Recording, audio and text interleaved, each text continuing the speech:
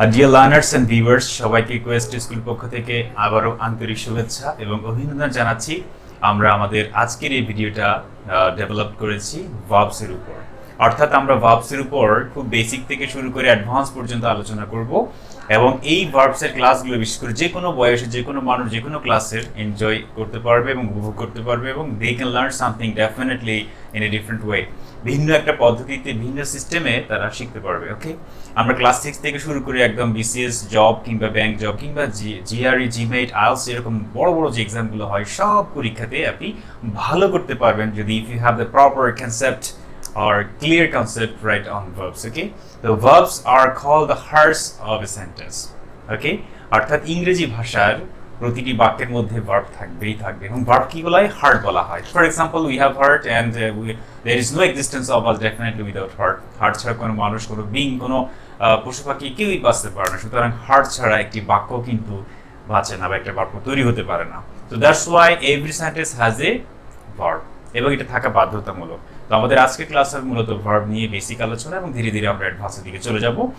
So আমরা এই আলোচনা যাওয়ার আগে আমি সবাইকে রিকোয়েস্ট করবো, যারা আমার চ্যানেলে নতুন আছেন তারা অবশ্যই সাবস্ক্রাইব করবেন এবং এই ভিডিওটা, এই টিউটোরিয়ালটা যদি আপনার ভালো লাগে, যদি আপনি মনে করেন যে yes I have learn something different, আমি ভালো ভিন্ন কিছু শিখেছি এই ভিডিও থেকে, তাহলে অবশ্যই লাইক, কমেন্ট এবং শেয়ার করতে ভুলবেন না। Okay, that is my earnest request to you.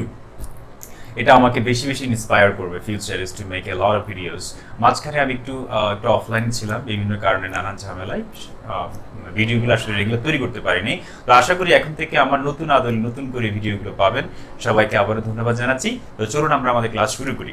Class শুরু করার আগে আমি একটা সেন্টেন্স দেবো সবাইকে। সেন্টেন্সটা হচ্ছে এরকম যে আই হ্যাভ এ ক্যাট। আমি একটি বাক্য লিখলাম, এই বাক্যটা হচ্ছে আই হ্যাভ আ ক্যাট।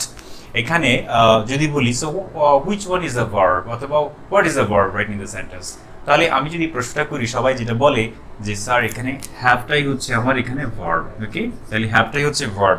তখন আমি তাদেরকে জিজ্ঞেস করি যে what is the definition of verb, ভার্বের ডেফিনিশনটা কি? Exactly I am talking about our culture, that means the situations in our country, because the people of the landers they don't know anything very properly definitely. Okay, তারা কি বলে যে কোনো কিছু কাজ করা বুঝলে তাকে কি বলা হয়? ভার্ব বলা হয়। তখন আমি বললাম যে হ্যাভ দিয়ে এখানে অ্যাকচুয়ালি কাজ করার কি আছে, এখানে কাজ করার কি বুঝালো? তখন তারা মানে চুপ হয়ে যায়, সাইলেন্ট হয়ে যায়। ওকে, সাইলেন্ট হওয়ার পেছনে কারণ হচ্ছে যে আমরা যা কিছু শিখি এক্স্যাক্টলি আমরা অ্যানালিটিক্যাল প্রসেসে শিখি না, অর্থাৎ কোয়েশ্চেন অ্যান্সারের মাধ্যমে শিখি না, ডিফারেন্ট ওয়েতে চিন্তা করতে পারি না, ডিফারেন্ট অ্যাঙ্গেলস থেকে আমরা চিন্তা করি না। তাই আমাদের পড়াশোনাটা বা স্টাডিটা অনেকটাই ত্রুটিপূর্ণ থেকে যায়। বাট এটাকে ত্রুটিহীন করতে চাইলে আমাদেরকে অবশ্যই অ্যানালিটিক্যাল ওয়েতে যেতে হবে। তো আসুন আমরা আজকের যে আলোচনা সেটা টোটালি অ্যানালিটিক্যাল প্রসেস এবং এই প্রসেসের মাধ্যমে আমরা বেনিফিটেড হব। আসুন আমরা এই হ্যাভটাকে কেন ভার্ব বলবো, তা ভার্ব হওয়ার পেছনে কি কি উপাদান থাকতে হবে, কেন থাকতে হবে, আমরা সেই বিষয়টা নিয়ে আজকে আলোচনা করব। So hopefully you will enjoy the video. Okay, and আচ্ছা, ভার্ব বলতে গেলে আমরা যখন অক্সফোর্ড ডিকশনারি সার্চ করেছি, Merriam Webster dictionary, Cambridge dictionary, অনেক প্রকারের বড় বড় যে মানে কি রিসোর্স রয়েছে বা বড় বড় অথেন্টিক রিসোর্স রয়েছে, সেই রিসোর্সগুলো অথরিটিগুলো আমরা সার্চ করার ফলে আমরা ভার্বের ডেফিনিশনটা পেয়েছি ভিন্নভাবে। এটা আমাদের বাংলাদেশে আমরা ইউজ করি যে কোনো ওয়ার্ড দিয়ে কোনো কাজ করা বুঝলে তাকে ভার্ব বলে, এক্স্যাক্টলি তারা সেভাবে বলছে না। তারা বলছে একটি ভার্ব হতে গেলে তাকে 3টা কন্ডিশন ফিল আপ করতে হবে। 3 ক্যারেক্টারিস্টিক্স আছে, 3 ফিচার্স রয়েছে, বৈশিষ্ট্য রয়েছে। 3টা বৈশিষ্ট্য থাকলে তবেই তাকে ভার্ব বলা যাবে। তো সেই 3টা বৈশিষ্ট্য কি? আচ্ছা, সেই 3টা বৈশিষ্ট্য হচ্ছে, তার আগে বলি না, ছিল ভার্বটা একটা ল্যাটিন শব্দ থেকে আসছে। ল্যাটিন শব্দ সেটা কি? সেটা হচ্ছে ভার্বাম। ওকে, এই ভার্বাম থেকে আসছে। তো ভার্বাম শব্দের অর্থ কি? এটা হচ্ছে এমন একটি ওয়ার্ড যেটি আপনার এই 3টা বিষয় বোঝাবে। How many things? 3 things. Okay dear ladies and gentleman, dear learner, সেই 3টা বিষয়টা কি? সেই 3টা বিষয় হচ্ছে, প্রথম যেটা আমরা দেখব যে আমি যদি 3টা বিষয়কে ঠিক এইভাবে লিখি একটু, তাহলে আমরা দেখব প্রথমে হচ্ছে অ্যাকশন, অর্থাৎ কোনো ভার্ব হতে গেলে তার কি বোঝাবে? অ্যাকশন থাকতে হবে। সেকেন্ড ওয়ান হচ্ছে পজিশন থাকতে হবে, পজিশন। থার্ড ওয়ান হচ্ছে state of being. Okay, state of being. তাহলে একটি ভার্ব তখনই ভার্ব হয়ে উঠবে যখন এই 3টা কন্ডিশন ফিল আপ করবে, অর্থাৎ 3টা ফেজের মধ্যে পড়বে। এখন দেখুন, আমরা অ্যাকশন বলতে কি ভার্ব, যেটা আমরা বুঝে থাকি যে যখন কোনো কাজ করা বোঝাবে, অর্থাৎ কোনো অ্যাক্টিভিটি বোঝাবে, তবেই আমরা তাকে অ্যাকশন ভার্ব বলে থাকি। ওকে, অ্যাকশনগুলো কি আবার 2 ভাগে ভাগ করা যায়। একটি হচ্ছে ফিজিক্যাল অ্যাকশন এবং আরেকটি হচ্ছে মেন্টাল অ্যাকশন।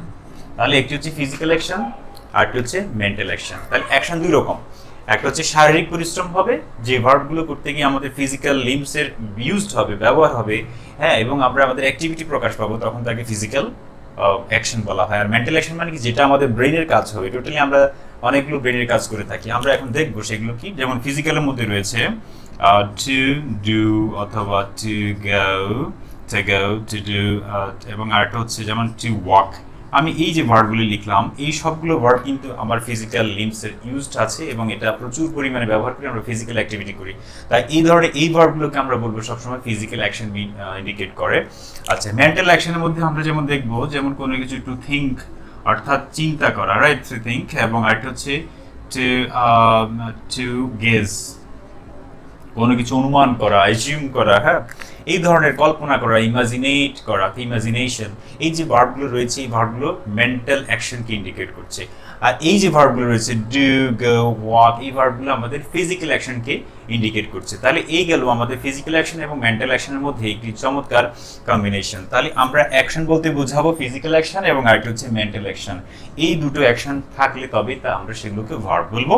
আশা করি বুঝতে পেরেছেন। এখানে আমরা থিঙ্ক, গেস দিয়ে অ্যাকশন বোঝাচ্ছে। সেকেন্ড ওয়ান যেটি, সেটি হচ্ছে আমাদের পজেশন। তাহলে পজেশন কি জিনিস?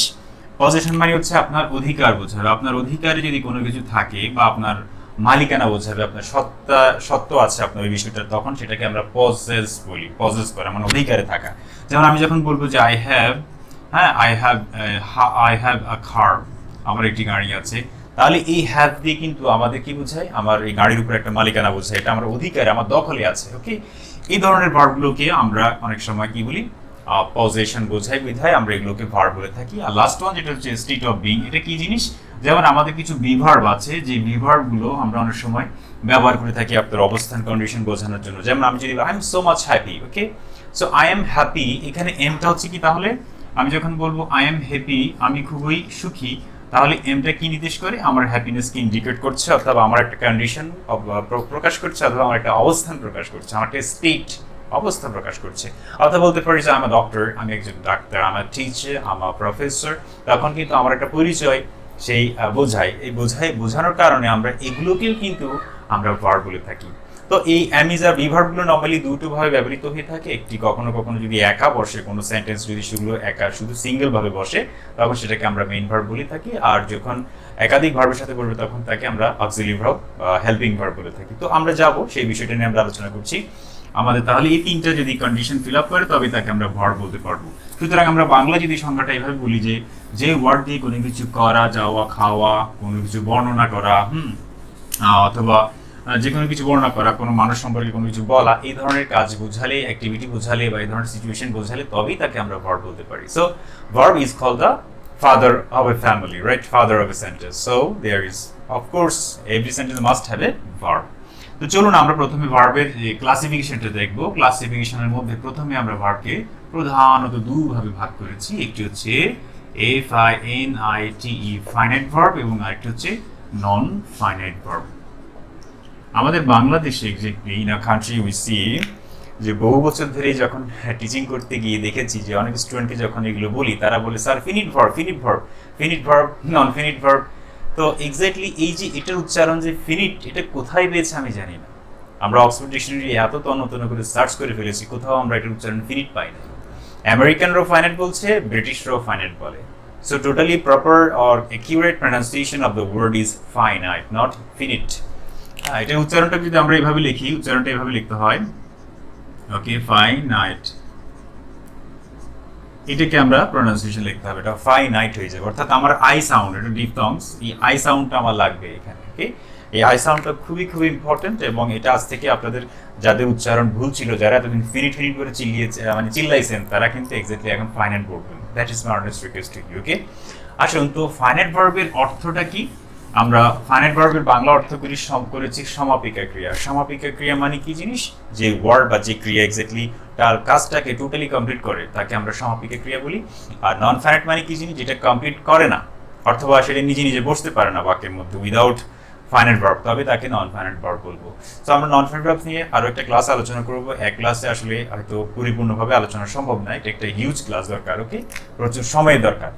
আমরা ভিডিও লেন্থ যাতে না বাড়ে সেজন্য আমরা সচেষ্ট এবং চেষ্টা করব যাতে দীর্ঘায়িত না করার জন্য। ফাইনাইট ভার্ব শব্দটা কোত্থেকে আসছে এবার আমরা দেখব। ফাইনাইট শব্দটা একটি গ্রিক শব্দ, একটি গ্রিক ওয়ার্ড ফিনিটাস থেকে আসছে।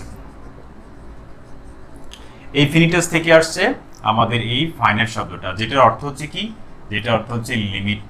ওকে, লিমিট মানে হচ্ছে, আপনারা জানেন লিমিট মানে হচ্ছে কোনো কিছু সীমাবদ্ধ করে ফেলা। লিঙ্ক টু বলতে পারি, লিমিট টু বলতে পারি, অথবা আমরা লিঙ্ক টু বলতে পারি। ওকে, লিমিটেড টু বলতে পারি। তাহলে কার সাথে লিমিটেড বা কার সাথে লিঙ্কড? এটা অফকোর্স সাবজেক্টের সাথে লিঙ্কড। তাহলে আমরা বলতে পারি এটা কি, সাবজেক্টের সাথে সবসময় লিঙ্কড থাকবে অথবা লিমিটেড থাকবে। ওকে, এখন সাবজেক্টের এখানে আবার নাম্বার আছে, নাম্বার, পার্সন কিংবা হতে পারে নাম্বার, পার্সন, টেন্স ভেদে। নাম্বার, পার্সন এন্ড ইউএমবি, নাম্বার, পার্সন, টেন্স কিংবা ভয়েস, এই যে অ্যাসপেক্টসগুলো রয়েছে বিভিন্ন, এইগুলো অনুসারে আমাদের ভার্বের ফর্ম চেঞ্জ হয়ে যায়। ওকে, তাহলে কি বললাম যে সকল ভার্ব এক্স্যাক্টলি সাবজেক্টের উপর ডিপেন্ডেন্ট এবং সাবজেক্ট চেঞ্জ হওয়ার সাথে সাথে তার ওই সকল ভার্বের ফর্মও চেঞ্জ হয়ে যায়, তাকে আমরা কি বলবো, ফাইনাইট ভার্ব বলবো। ওকে, তাহলে ফাইনাইট ভার্ব সবসময় অ্যাকশন বোঝাবে। একটি পার্সন যেটা পারফর্মস করে, একজন ব্যক্তি বা পারফেক্টিভ ভয়েসে যে পার্সন বা সাবজেক্ট যেটা পারফর্ম করে সেটাই হচ্ছে ফাইনাইট ভার্ব। ওকে, আচ্ছা, কোনো বাক্যে যদি একটি ভার্ব থাকে তবে সেই বাক্য, সেই ওয়ার্ডটাই হচ্ছে, মানে কোনো সেন্টেন্সে যদি একটি ওয়ার্ড থাকে সেই ওয়ার্ডটাই হচ্ছে মূলত ফাইনাইট ভার্ব। এক্স্যাক্টলি যদি একটি ভার্ব থাকে, ওকে, সেটাইও মূলত ফাইনাইট ভার্ব। তাহলে আমরা এখন দেখব কিভাবে সাবজেক্ট, টেন্স কিংবা পার্সন অনুযায়ী চেঞ্জ হচ্ছে এবং চেঞ্জ হওয়ার সাথে সাথে ভার্বের ফর্মও চেঞ্জ হচ্ছে, সেই বিষয়টা আমরা এখন দেখব। তো আশা করি সবার কাছে ভালো লাগবে, এবং যদি ভালো লাগে অবশ্যই আপনারা কমেন্ট করবেন আমাদের এই ভিডিওটা। যদি কোনো কিছু জানার থাকে আমাদের কমেন্ট বক্সে অবশ্যই জানাবেন। আসুন আমরা একটি সেন্টেন্স, অনেকগুলো সেন্টেন্স দেখি। প্রথমে হচ্ছে I want to go to Canada.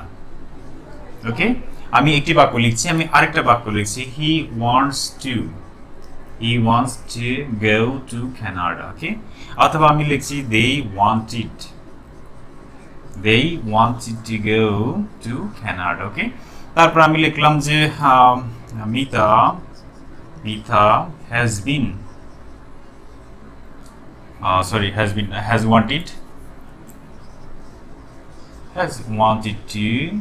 to go to Canada. ওকে, তাহলে আমরা এই যে বিভিন্ন বাক্যটা লিখেছি, চারটা সেন্টেন্স আমি লিখেছি, এবং এই চারটা সেন্টেন্সের মধ্যে আপনি খেয়াল করেন যে আমার এখানে ওয়ান্ট আছে, এখানে ওয়ান্টস ব্যবহৃত হয়েছে, এখানে ওয়ান্টেড হয়েছে, এখানে আবার হ্যাজ ওয়ান্টেড হয়েছে।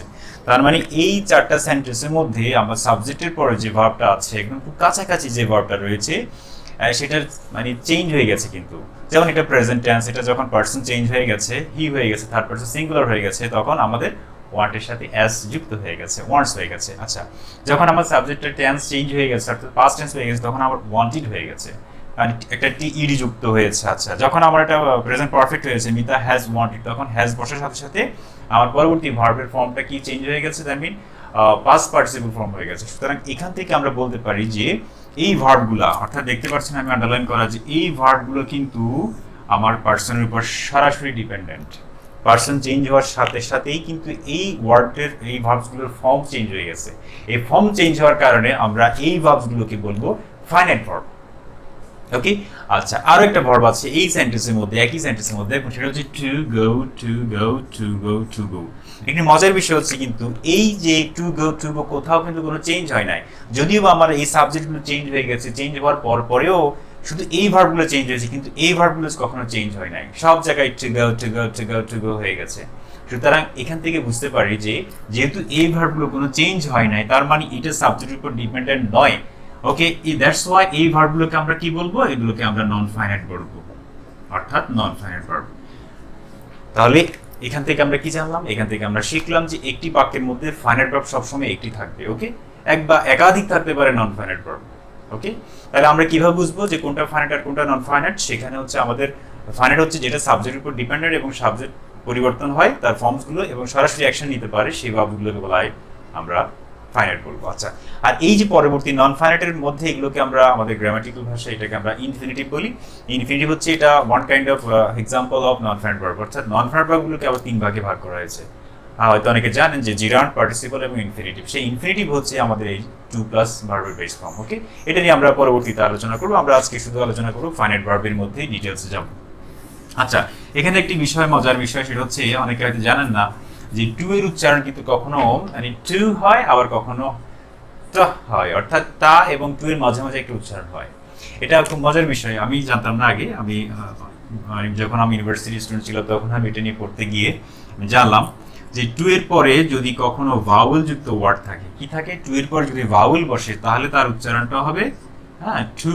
ওকে, আর টু এর পরে যদি কনসোনেন্ট থাকে তবে তার উচ্চারণ হবে হালকা ঠায়ের মতো করে। ওকে, আচ্ছা, তাহলে টু এর পর কনসোনেন্ট থাকলে ঠা উচ্চারণ হবে, আবার টু এর পর ভাওয়েল থাকলে টু উচ্চারণ হবে। যেমন আমি যখন বলবো টু ওপেন, আর ওপেন ভাওয়েল দিয়ে শুরু হয়েছে, সুতরাং আমরা টু ওপেন বলবো, right? For example, I am going to open a bank account, right? That is the correct pronunciation. এবং যখন আমি বলবো যে আমি ঢাকা যাচ্ছি, তখন কি হবে? I'm going to go to Dhaka. I'm going to go. Okay, to go হয়ে যাবে, to go। দেখবেন ব্রিটিশ আমেরিকানরা কিন্তু এইভাবে উচ্চারণ করে। তারা এই বিষয়গুলো হয়তো জানে না, তারা যেভাবে শিখেছে নেটিভ স্পিকার যারা, তারা ওভাবে উচ্চারণ করে। কিন্তু এখানে যে একটা রুলসের ভিতর যায় সেটা আমরা জানি না।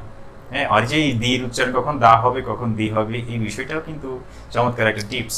ওকে, এটাও কিন্তু একটা চমৎকার টিপস। টু এর উচ্চারণ দুরকম হয়। যাই হোক, আমরা আমাদের উচ্চারণের ফোনেটিক্স এত গভীরে যাব না। আমরা আমাদের আলোচনা যেহেতু ভার্ব নিয়ে, সুতরাং ভার্ব নিয়ে আমরা আলোচনা করব। তাহলে আসুন ফাইনাইট ভার্বকে যদি আমরা ক্লাসিফাই করি, আচ্ছা, ফাইনাইট ভার্বকে ক্লাসিফাই করলে সেটা আমরা দুটো পাই। তাহলে ফাইনাইট ভার্বটাকে আমরা যদি ক্লাসিফাই করি, সেটা আমরা দুটো ক্লাসিফিকেশন পাবো। একটি হচ্ছে প্রিন্সিপাল ভার্ব, আর একটা হচ্ছে অক্সিলারি ভার্ব। একটা হচ্ছে প্রিন্সিপাল ভার্ব এবং একটা হচ্ছে অক্সিলারি ভার্ব। ওকে, প্রিন্সিপাল ভার্ব কাকে বলে? প্রিন্সিপাল ভার্ব মানে হচ্ছে কোনো সেন্টেন্সের মধ্যে যে প্রধান যে ভার্বটা বসবে তাকে বলা হয় প্রিন্সিপাল ভার্ব। আর অক্সিলারি ভার্ব হচ্ছে যেগুলো প্রিন্সিপাল ভার্বের সাথে কিছু হেল্পিং ভার্বস থাকে, সেগুলোকে আমরা বলি অক্সিলারি ভার্বস। ওকে, সো অক্সিলারি ভার্বগুলো মূলত দুই ভাগে ভাগ করা হয়েছে। একটি হচ্ছে প্রাইমারি অক্সিলারি এবং আরেকটি হচ্ছে মডেল অক্সিলারি। ওকে, আবার মডেলের মধ্যে আরেকটি পার্ট আছে সেকেন্ডারি মডেল বা সেমি মডেল বলে থাকে, সেটা আমরা একসাথে দেখব।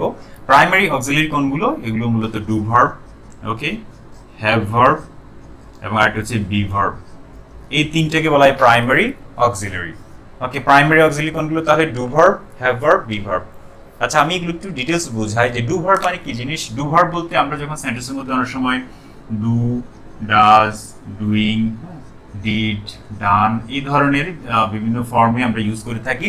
টু ডু, টু ডু, ওকে, গেল। তাহলে এই যে ফর্মগুলোকে আমরা ইউজ করে থাকি বিভিন্ন সেন্টেন্সে, যেমন ডু ইউ ইট রাইস, ওকে, অথবা ডিড ইউ গো দেয়ার, তুমি কি সেখানে গিয়েছিলে, অথবা আমরা বলতে পারি যে হ্যাভ ইউ ডান ইট, তুমি কি এটা করেছো। এই যে আমরা এই ধরনের টোটালি ওয়ার্ডগুলো বলে থাকি, তাহলে এগুলোকে আমরা অনেক সময় অক্সিলারি হিসেবে ইউজ করলে প্রাইমারি অক্সিলারি বলা হয়ে থাকে। আচ্ছা, হ্যাভ ভার্ব কোনগুলো? যেমন ধরেন আমরা হ্যাভ, হ্যাজ, হ্যাড এগুলোকে বলা হচ্ছে আমাদের হ্যাভ ভার্ব। সেটা হ্যাভ আকারে বসে, আবার প্রেজেন্ট টেন্সে হ্যাজও বসে, আবার পাস্ট টেন্সে এটা হ্যাডও হয়ে যায়। ওকে, এবার আবার হ্যাভিংও আছে, টু হ্যাভও আছে, এগুলোকে আমরা বলি প্রাইমারি। আচ্ছা, বি ভার্ব কোনগুলো?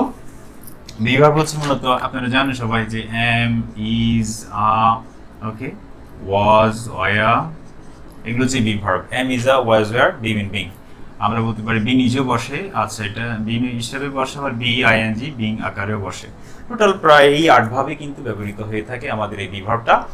সো এগুলো হচ্ছে ওয়ান কাইন্ড অফ আবার অক্সিলারি ভার্ব। তবে বি ভার্ব যদি কখনো সিঙ্গেল বসে একটি বাক্যে, সেটা তখন মেইন ভার্ব হয়ে যায়, সেটা তখন ফাইনাল ভার্ব হয়ে যায়। সেই বিষয়টা আমরা একটু দেখবো একটু পরে। তাহলে গেল প্রাইমারি অক্সিলারিজ। এখন আমরা দেখব মডেল অক্সিলারি। মডেল অক্সিলারি কোনগুলো? মডেল অক্সিলারি হচ্ছে সবাই জানেন যে can, could, may, might, can, could, may, might, shall, should, will, would, এগুলো হচ্ছে আমাদের modal verbs. Can, could, may, might, shall, should, will, would. Okay, তারপর আছে আমাদের নিড। নিড অনেক সময় বসে dare, ought to, OUGST, ought to বসে, need, dare, ought to, used to। হ্যাঁ, এগুলো হচ্ছে আমাদের অনেকটা গেল মডেল অক্সিলারি। ওকে, তো মজার বিষয় হচ্ছে মডেল অক্সিলারি কি জিনিস, সেটা আমরা মডেল নিয়ে যখন আলোচনা করবো ফিউচারে আমরা ডিটেইলস আলোচনা করবো। এখন শুধুমাত্র এটাই কনসেপ্টটা দেবো যে মডেল ভার্বের পর সবসময় কি বসবে, এই যে মডেল ভার্বের পর সবসময় ভার্বের বেস ফর্ম বসবে। কি ফর্ম বসবে? Base form.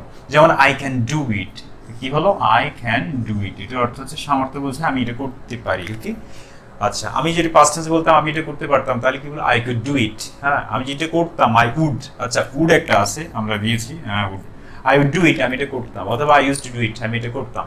অতীতকালের অভ্যাস বোঝালে এটা ব্যবহৃত হয়। আচ্ছা মাস্ট একটি আছে, আমি মেবি ফরগেট মাস্ট, ইয়েস, মাস্টও কিন্তু নিজে একটি মডেল। সুতরাং আই মাস্ট গো দেয়ার, আমরা অবশ্যই সেখানে যেতে হবে। তাহলে এই ধরনের বিষয় ক্ষেত্রে বা বোঝানোর জন্য আমরা এই মডেল ভার্বসগুলো ব্যবহার করে থাকি। আর এই মডেলের পর সবসময় ভার্বের মেইন ভার্বের বেস ফর্ম বসবে, এটা একটু খেয়াল রাখবেন। তাহলে গেলে এই ছিল আমাদের অক্সিলারি ভার্ব নিয়ে একটু বেসিক ডিসকাশন। এখন আমরা দেখব প্রিন্সিপাল ভার্বস কয় ভাগে বিভক্ত। আচ্ছা, প্রিন্সিপাল ভার্বকে দু ভাগে ভাগ করা হয়েছে। প্রিন্সিপাল ভার্বকে দু ভাগে ভাগ করা হয়েছে, একটি হচ্ছে ট্রানজিটিভ আর আরেকটি হচ্ছে ইনট্রানজিটিভ। ওকে, ইনট্রানজিটিভ, একটা হচ্ছে ট্রানজিটিভ এবং একটা হচ্ছে ইনট্রানজিটিভ। তো ট্রানজিটিভ ভার্ব কাকে বলে? ট্রানজিটিভের বাংলা অর্থ হচ্ছে সকর্মক, লার্নার্স সকর্মক। ওকে, আর ইনট্রানজিটিভের বাংলা হচ্ছে অকর্মক।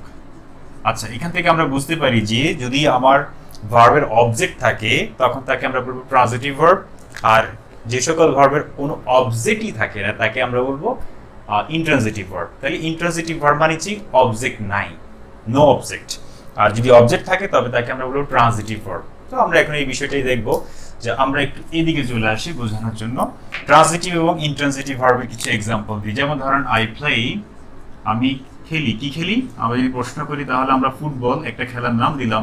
তাহলে আমার এই যে অবজেক্টটা পেলাম, সেই অবজেক্টটা ভার্বকে যখন আমরা কি বা কাকে দিয়ে প্রশ্ন করব তাহলে আমরা উত্তর পাবো। যে উত্তরটা পাবো সেটাই হচ্ছে আমাদের অবজেক্ট। অবজেক্ট দুই রকম হয়, একটা ইনডাইরেক্ট অবজেক্ট, ডাইরেক্ট অবজেক্ট, মানে অবজেক্ট 1 অবজেক্ট 2 দুই রকমের অবজেক্ট হয়। ওকে, তাহলে আমি ভার্বকে যদি কি বা কাকে দিয়ে প্রশ্ন করি তাহলে যে উত্তরটা পাবো তাকে কি বলা হয়? তাকে আমরা অবজেক্ট বলবো। আচ্ছা, সেই অবজেক্টের উপর মানে অবজেক্ট কি একটা হবে না দুটো হবে, এটার উপর বেস করে আবার ট্রানজিটিভ ভার্বকে দুই ভাগে ভাগ করা হয়েছে, একটা মনোট্রানজিটিভ, একটা ড্রাই ট্রানজিটিভ। ওকে, তাহলে মনোট্রানজিটিভ কি জিনিস? মনোট্রানজিটিভ হচ্ছে যখন আমার অবজেক্ট কয়টা থাকবে? একটি থাকবে, তখন তাকে বলা হয় মনোট্রানজিটিভ। আমরা একটু এইভাবে বুঝাই, এটাকে মনোট্রানজিটিভ বলে। আচ্ছা, আমার অবজেক্ট যখন দুটো থাকবে তখন তাকে বলা হয় ডাই ট্রানজিটিভ, ডাই ট্রানজিটিভ। ওকে, তাহলে মনোট্রানজিটিভ, ডাই ট্রানজিটিভ। যেমন আমি একটা এক্সাম্পল লিখি, যেমন they gave me a fan, তারা আমাকে একটি কলম দিয়েছিল। দেখুন এখানে খেয়াল রাখুন, আমি গেভকে যখন প্রশ্ন করবো, অর্থাৎ এই ভার্বটাকে যখন আমি কোয়েশ্চেন্স করবো যে কাকে দিয়েছিল, উত্তর আসবে আমাকে দিয়েছিল, কি দিয়েছিল? এ ফ্যান দিয়েছিল। অর্থাৎ এটা অবজেক্ট 1, এটা অবজেক্ট 2, দুইটা পাচ্ছি। তাই সেই ক্ষেত্রে বলা যায় তাহলে গেভ ভার্বটা কি ধরনের ভার্ব হবে? Die transitive or মনোট্রানজিটিভ। ওকে, কি বলবো আমরা? ডাই ট্রানজিটিভ বলবো। তো এটা হচ্ছে গেভটা হচ্ছে কিসের এক্সাম্পল? ডাই ট্রানজিটিভ ভার্বের এক্সাম্পল। আর মনোট্রানজিটিভ কোনগুলো? যেমন একটু আগে প্লে বললাম, আই প্লে ফুটবল, আমি ফুটবল খেলি, তাকে বলা হচ্ছে মনোট্রানজিটিভ, মানে একটি মাত্র অবজেক্ট রয়েছে। আচ্ছা, এখানে একটি প্রনাউন্সিয়েশন ব্যাপার আছে মজার। আমাদের ফোনেটিক্সে একটি টপিক আছে, একটি টার্ম আছে অ্যাসিমিলেশন। এই যে ফুটবল উচ্চারণ কিন্তু ফুটবল বলবো না, যখন টি এরপরের সাথে ব হয়ে যায় তখন উভয় মিলে কিন্তু ব ব হয়ে যায়। এটা খুব সুন্দর একটা অ্যাসিমিলেশন আছে। তাহলে আমরা ফুটবল না বলে আমরা কি বলবো? ফুটবল বলবো। হ্যাঁ, যেমন ফিড ব্যাক না বলে আমরা ফিডব্যাক বলবো। ওকে, ফুটবল, ফুটবল দুইটাই ব ব হয়ে যাবে। সো এটা হচ্ছে প্রনাউন্সিয়েশনের ফ্যাক্ট। চেষ্টা করি আর কি মাঝে মাঝে আপনাদেরকে কিছু টিপস দেওয়ার জন্য, যাতে করে সবার বেনিফিট হয়। ওকে, ওকে জান, আমরা এখন ট্রানজিটিভ ভার্বস নিয়ে আমরা আলোচনা আমাদের শেষ, এবং আমরা চলে যাচ্ছি ইনট্রানজিটিভ ভার্ব নিয়ে। ট্রানজিটিভ ভার্বের আলোচনা এখানে শেষ হয়নি অবশ্য, ট্রানজিটিভ ভার্ব আবার ক্লাসিফাই করা হয়েছে অনেকভাবে, যেগুলো আলোচনা করতে গেলে আমাদের ভিডিওটা আরো দীর্ঘায়িত হয়ে যাবে। আশা করি আমরা পরের এপিসোডে আমরা ট্রানজিটিভ এবং ইনট্রানজিটিভ ভার্ব নিয়ে আলোচনা করব। তো আশা করি ভালো লাগবে। আমাদের এই পর্বটা আমরা এখানেই রাখতে চাচ্ছি, এবং আমাদের সেকেন্ড এপিসোডে আমরা ওখানে ট্রানজিটিভ এবং ইনট্রানজিটিভ ভার্ব নিয়ে বিস্তারিত আলোচনা করবো এক্সাম্পল সহকারে। আশা করি আপনারা বুঝতে পারবেন। সো আমাদের এই ক্লাসগুলো কেমন লাগছে আমাদেরকে জানাতে ভুলবেন না। তো আমাদের যারা বাংলাদেশে কিংবা আমাদের কলকাতার যারা বাংলা ভাষাভাষী রয়েছেন, বাঙালি রয়েছেন, তারা প্রত্যেকে হয়তো আমাদের এই টিউটোরিয়ালগুলো দেখছেন। তো আমার কাছে খুব ভালো লাগছে যে অনেকেই অনেক প্রকার কমেন্ট করছেন, আমাকে অনেকে পার্সোনালি নক দিচ্ছেন। যে আমার ধারাবাহিক ভিডিও টিউটোরিয়ালসগুলোকে কন্টিনিউ করার জন্য। আশা করি এখন থেকে কন্টিনিউ করব, আমাদের কোনো প্রবলেম হবে না। So thank you very much. Hopefully, I think that you have enjoyed the class. এবং right, I welcome everyone for the next class to watch the next episode. Right? কারণ একটা ধারাবাহিক এপিসোডটা কমপ্লিট না হলে আবার আমরা বুঝতে পারবো না, পরিপূর্ণভাবে কনসেপ্টটা ক্লিয়ার হবে না। তো আশা করি সবাইকে ধন্যবাদ জানাচ্ছি আবারও। সবাই ভালো থাকবেন, সুস্থ থাকবেন।